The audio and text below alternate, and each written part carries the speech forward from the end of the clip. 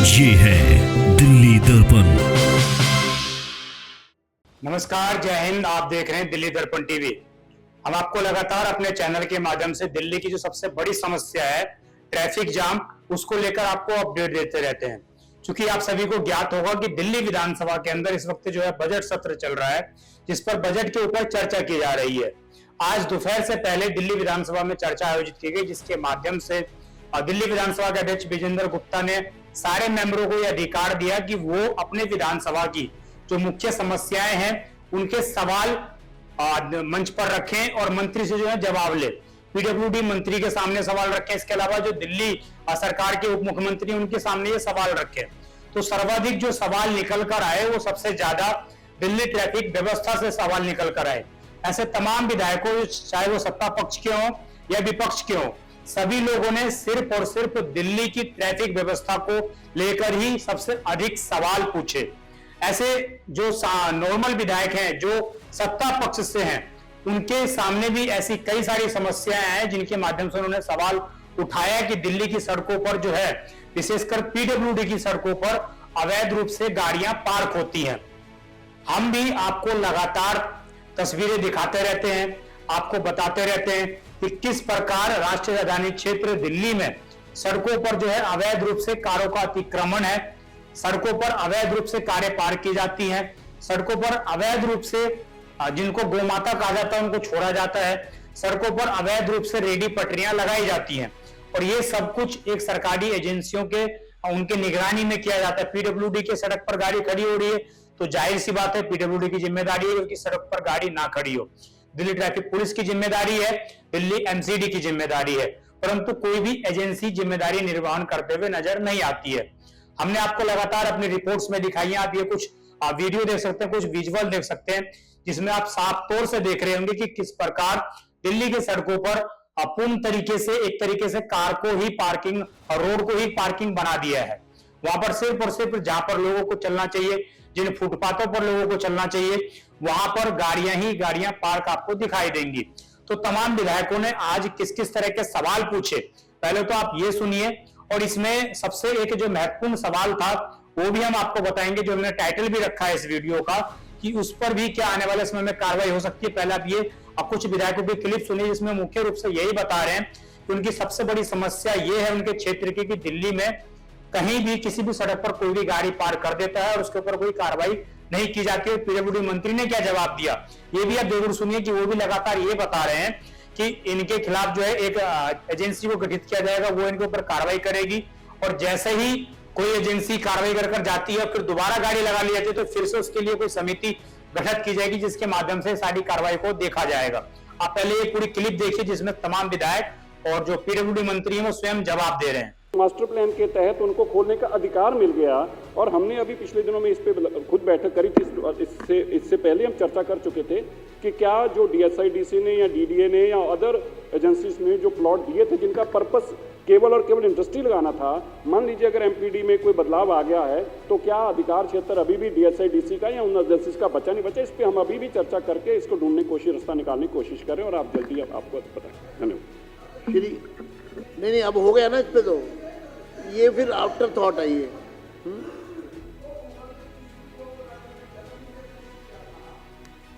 जो इसको भी मास्टर में बदलाव आया, प्रावधान किया नया, तो उसमें क्या पार्किंग का प्रावधान नहीं हुआ? क्या रोड पे पार्किंग करेंगे? क्या लोगों के ट्रैफिक में व्यवधान डालेंगे? ये क्या उचित है? तो इसके ऊपर क्या व्यवस्था बना रही है सरकार? इसके ऊपर मंत्री जी एक बार मुझे बताएं प्लीज सदन को। श्री संजय, मेरे को लगता है प्रश्न संजय गोयल। प्रश्न संख्या 43, मैं माननीय मंत्री लोक निर्माण विभाग जी से इसका उत्तर चाहूंगा।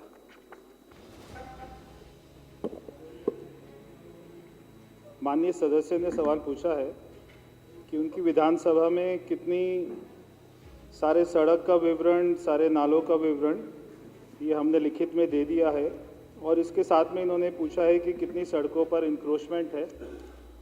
तो हम ये देख रहे हैं कि पूरी दिल्ली में ही सारी सड़कों पर ही इंक्रोचमेंट है, चाहे वो पीडब्ल्यूडी की हो, चाहे वो एमसीडी की हो।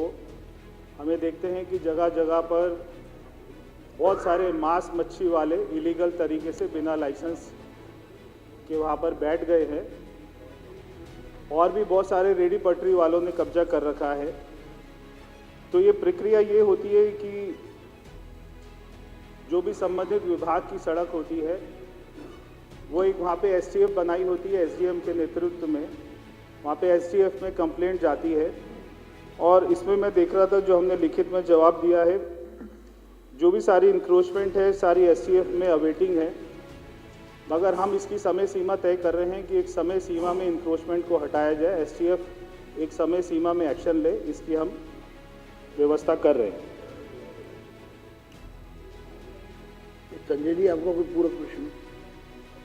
एक जी, माननीय मंत्री जी से जानना चाहूँगा, क्योंकि जो रिपोर्ट में दिया है अवेटेड लिखा हुआ है कार्रवाई का, क्योंकि अक्सर होता क्या है कि ये 1-2 घंटे के लिए हटती हैं, उसके बाद में एमसीडी या एसटीएफ हटा के चले जाते हैं, फिर लग जाते हैं, क्योंकि परमानेंट ये जो पीडब्ल्यूडी की रोड्स हैं जिनकी वजह से ट्रैफिक पूरा जाम रहता है, घंटों घंटों लोगों को परेशान होना पड़ता है। इसकी कोई ऐसी व्यवस्था माननीय मंत्री जी से चाहेंगे कि भाई इसकी कोई ऐसी व्यवस्था आप बनाएं कि जिससे कि आने वाले समय में पीडब्ल्यूडी की रोड कम से कम हमेशा खाली रहे, जिससे ट्रैफिक अच्छे से मूवमेंट चलता रहे।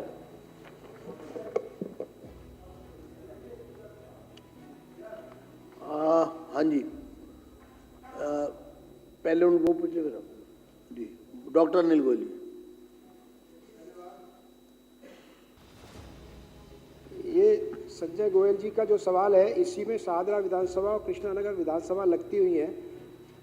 जो ये पीडब्ल्यूडी की सड़कें अध्यक्ष जी, वो 60 सीधा प्रश्न पूछिए ना। तो सीधा प्रश्न ये है कि एनक्रोचमेंट सब जगह, जैसे अभी माननीय मंत्री जी ने कहा और टाइम बाउंड प्रोग्राम के लिए कहा, मेरा सवाल यही था, लेकिन क्या यहाँ पर कोई और मल्टी लेवल पार्किंग की भी व्यवस्था की है? क्योंकि सबसे बड़ी समस्या या एनक्रोचमेंट के अलावा ट्रैफिक की भी है।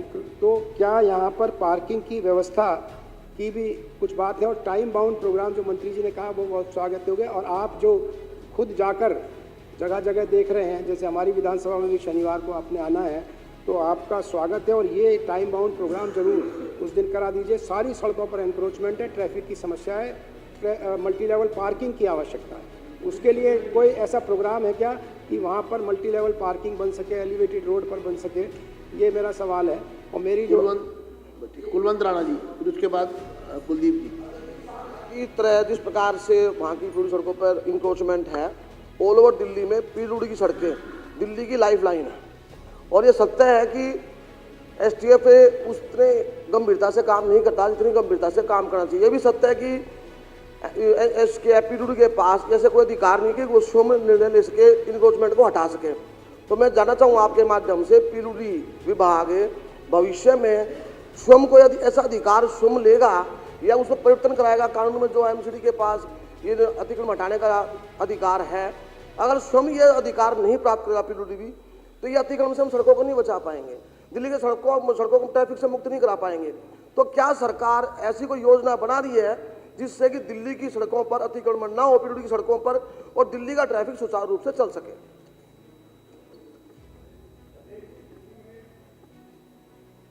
देखिए, दिल्ली में जितनी भी सड़कें हैं, हम देखते हैं कि अगर वो पीडब्ल्यूडी की सड़कें हैं तो उसमें साइड में कहीं ना कहीं एमसीडी की भी सड़क होती है। तो इसलिए एसटीएफ की संरचना इसलिए की गई थी कि वहाँ पे डिस्ट्रिक्ट मजिस्ट्रेट भी हो और वहाँ पे एसडीएम भी बैठे, वहाँ पे पुलिस भी बैठे, एमसीडी भी बैठे और वहाँ पे पीडब्ल्यूडी भी बैठे, यानी कि सारे जो हमारे सरकार है, सारे विभाग है, वो बैठकर इस बात का निर्णय करते हैं ताकि अगर कोई रास्ते में इंक्रोचमेंट करते हुए किसी विभाग की कोई वहाँ पे जमीन आ जाती है या उसका कोई क्षेत्र आ जाता है, तो सारे विभाग बैठकर इस बात की चिंता करें। मगर हम व्यवस्था बनाएंगे कि समय सीमा पर इंक्रोचमेंट हटाई जाए और जब इंक्रोचमेंट हटाई जाएगी उसकी वीडियोग्राफी, फोटोग्राफी होगी और जो भी संबंधित विभाग होंगे उनके अधिकारियों की इसकी जवाबदेही तय होगी। एक मिनट। नहीं, अब एक पूरक प्रश्न हो गया ना आपका। नहीं, आप बैठिए। कुलदीप कुमार।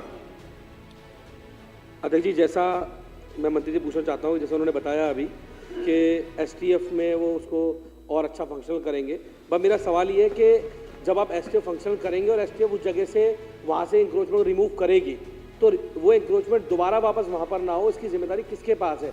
क्या वो एसटीएफ के पास है या किसी और विभाग के पास है? तो वो जिम्मेदारी किसके पास होगी और उसके लिए क्या मैकेनिज्म हम तैयार करने जा रहे हैं? मेरा ये सवाल है, वो जिम्मेदारी किसके पास होती है?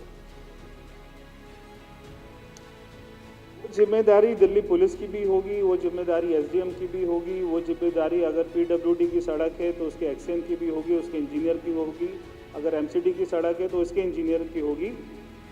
मगर अगर वो दोबारा इंक्रोचमेंट वहाँ पे आती है तो ज़रूर किसी न किसी अधिकारी के ऊपर में कार्रवाई होगी, क्योंकि सारे जो वहाँ पे एसटीएफ है वो सारे अधिकारी बैठकर ही उसकी वो अपना तय करते हैं सारा एक्शन प्लान जो होता है। तो मगर आप बिल्कुल इस बात की चिंता ना करें, 10 साल में इंक्रोचमेंट नहीं हटी, अभी हटेगी। ये लास्ट पूरा क्वेश्चन है। नहीं दोबारा नहीं, रवि नेगी जी, रविंद्र नेगी। रेडी अध्यक्ष जी, माननीय मंत्री जी, हो गया माननीय मंत्री जी, एमसीडी की जो पार्किंग है, रोड किनारे जो पार्किंग अलॉट करते हैं जमीनों में, उसके बाहर पार्किंग के बाद बाहर जो पीडब्ल्यूडी की सड़कें, वो पार्किंग वाले अवैध तौर से वहां अपनी गाड़ियां खड़ी कर देते हैं, जिससे ट्रैफिक की बड़ी समस्या आती है। जितनी उनको जगह मिलती है पार्किंग के लिए, उसकी जगह यूज करने के बजाय वो बाहर की रोडों में पार्किंग खड़ी कर देते हैं। दूसरी एक समस्या है, कबाड़ी का जो काम करते हैं ये लोग, पूरा एंक्रोचमेंट करते हैं पीडब्ल्यूडी की सड़कों में, बिना लाइसेंस के दुकानें चलाते हैं और कबाड़ का आधा काम ये पूरी सड़कों में करते हैं। तीसरा, जो मीट की छोटी छोटी दुकानें हैं, मीट की दुकानें, वो खुलेआम मांस बेचते हैं पीडब्ल्यूडी की सड़कों में और बेर धड़ल्ले से, उनको कोई रोक नहीं है, कोई टोक नहीं है, और जिससे यातायात में दिक्कत तो होती है पर आसपास के जाने वाले लोगों को भी दिक्कत होती है। ये 3 मुद्दे हैं।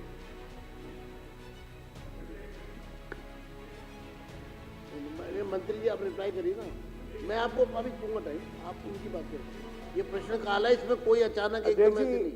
अभी जैसे माननीय सदस्य ने कहा, तो मैं सारे सदस्यों से कहना चाहता हूं कि आपके यहाँ पे जितनी भी इंक्रोचमेंट है हमको लिखित रूप में दें सारे के। तो आपने देखा कि किस प्रकार पीडब्ल्यूडी मंत्री ने स्वयं जवाब दिया और उन्होंने सारे सवालों का यही जवाब देने का प्रयास किया कि आने वाले समय में PWD, MCD, Delhi traffic police, इन सभी का एक रूट बनाया जाएगा जिसके माध्यम से ये सारी एजेंसियां कार्रवाई कर सकेंगी। परंतु इससे पहले भी दिल्ली ट्रैफिक पुलिस मिलकर जो है 100 दिन का प्लान बना चुकी है, लेकिन उसका कोई खासा प्रभाव दिल्ली की सड़कों पर दिखाई देता हुआ अभी तक नजर नहीं आया है। और स्वयं जिस तरीके से सीएम रेखा ने दिल्ली की सड़कों पर उतरकर गायों का निरीक्षण किया था, वो वाकई में चौंकाने और हैरान करने वाला था। तो उसके बाद भी कोई खासा तेजी होती हुई प्रशासन की तरफ से नजर नहीं आई है। अब इसमें एक बड़ा सवाल ये था कि पालम से जो विधायक हैं उन्होंने एक सवाल उठाया। उन्होंने ये बोला कि दिल्ली की सड़कों पर ई रिक्शा एक बड़ा मुद्दा है और उन्होंने सीधे तौर पर कहीं ना कहीं तमाम सदस्यों को साथ लेते हुए टारगेट किया कि आने वाले समय में दिल्ली की सबसे बड़ी समस्या ई रिक्शा बनने वाली है, क्योंकि जहां मर्जी वहां ई रिक्शा को रोक दिया जाता है। जिस सड़क पर चाहे उस सड़क पर रिक्शा को चला दिया जाता है, दोनों तरफ से आने जाने के लिए उस पर है रिक्शा पर। और उन्होंने ये भी आरोप लगाए कि 18 साल से लेकर उसके ऊपर तो जो लोग हैं ही, उससे जो नीचे हैं, जो 15 साल के, 16 साल के, 12 साल के, 13 साल के जो बच्चे हैं, वो भी इस ई रिक्शा को चला रहे हैं। और पालम के अंदर आप निश्चित मानिए, पालम के अंदर पिछले कई दिनों से लगातार आरडब्ल्यूए के जो मेंबर हैं वो प्रदर्शन करते रहे कि इस ट्रैफिक व्यवस्था को सुधारने के लिए ई रिक्शा को बंद कर दिया जाए। सॉरी, हाउस में नहीं, कमेटी में हम लोगों ने डिसाइड किया था, क्योंकि ये जो यूडी मिनिस्टर होता है वो उस नेमिंग अथॉरिटी का वाइस चेयरमैन होता है और सीएम उसकी चेयरपर्सन होती है। सर, वो पेपर इनकी सरकार ने जो हमने तय किया, वो पेपर उसके मिल नहीं रहे। तो मैं आपके माध्यम से माननीय मंत्री जी से ये अनुरोध करना चाहूँगा कि खटीक समाज के बहुत बड़े संत हुए हैं, संत दुर्बल नाथ जी, मैं ये चाहूँगा कि पूरे भारतवर्ष में उनके नाम से कोई एक भी बिल्डिंग का नाम या किसी स्थान का नाम नहीं है। तो मैं आपसे अनुरोध करता हूँ कि आपके माध्यम से मंत्री जी उस पेपर को निकलवाएं, और पेपर अगर इन्होंने बिल्कुल गायब कर दिए अध्यक्ष जी, तो दोबारा से उनका नाम संत दुर्बल नाथ जी के नाम से किया जाए। धन्यवाद, आपने मुझे बोलने का मौका दिया। श्री कुलदीप सोलंकी। धन्यवाद अध्यक्ष जी। राजकुमार जी, मेरा तो पहली बार ही नंबर आया 280 में बोलने का। मैं आपके माध्यम से पूरे सदन का ध्यान, एक अहम मुद्दा है, वो पालम विधानसभा का ही नहीं, मुझे लगता है पूरी दिल्ली का ही है, ई रिक्शा। ई रिक्शा पे मुझे लगता है कि हमारी जानकारी में नहीं आई कि कोई पॉलिसी बनी हो। 14 साल का बच्चा भी उसको चला रहा है जी, 65 साल का एक बुजुर्ग भी उसको चला रहा है, स्पीकर लगे हुए हैं, वायलेंस होता है। और ना ही कोई नियम मुझे लगता है कि भाई वो 60 फुट रोड पे चलने चाहिए, वो आउटर रिंग रोड पे भी चल रहे हैं, रिंग रोड पे भी चल रहे हैं, हर किसी रोड के ऊपर चल रहे हैं। दोनों तरफ से उतरने का रास्ता है उसके अंदर, दाएं चलो बाएं चलो, कहीं से मोड़ो कहीं से ना मोड़ो। और देखने में ये भी आया है अब एक लाइसेंस के ऊपर 10-10 रिक्शा खरीदी गई है। और अभी पीछे 2-3 दिन पहले कुछ सरकारी आंकड़े भी आ रहे थे, अब 1 लाख से ऊपर ई रिक्शा अनरजिस्टर्ड है अभी दिल्ली में। तो क्या इन जो सदन में आज चर्चा हुई है, जो विधायकों ने अपनी बातें रखी हैं, ये क्या बड़ी समस्या दिल्ली के लिए तो है ही, क्या सरकार के लिए भी बड़ी समस्या बनेगी और क्या सरकार इसका क्या समाधान निकाल पाती? जिस तरीके से पीडब्ल्यूडी मंत्री परवेश वर्मा ने लोगों को भरोसा दिया है कि जल्दी इस पर कार्रवाई होगी, देखने वाला विषय होगा कि आने वाले समय में दिल्ली की सड़कों पर क्या कुछ नया देखने को दिल्ली वालों को मिलता है। आप देखते हैं दिल्ली दर्पण टीवी में विजय ठाकुर, धन्यवाद। लेटेस्ट खबरों के लिए सब्सक्राइब करें हमारा YouTube चैनल या फिर लॉग ऑन करें www.delhidarpantv.com। खबरों की कवरेज और विज्ञापनों के लिए संपर्क करें।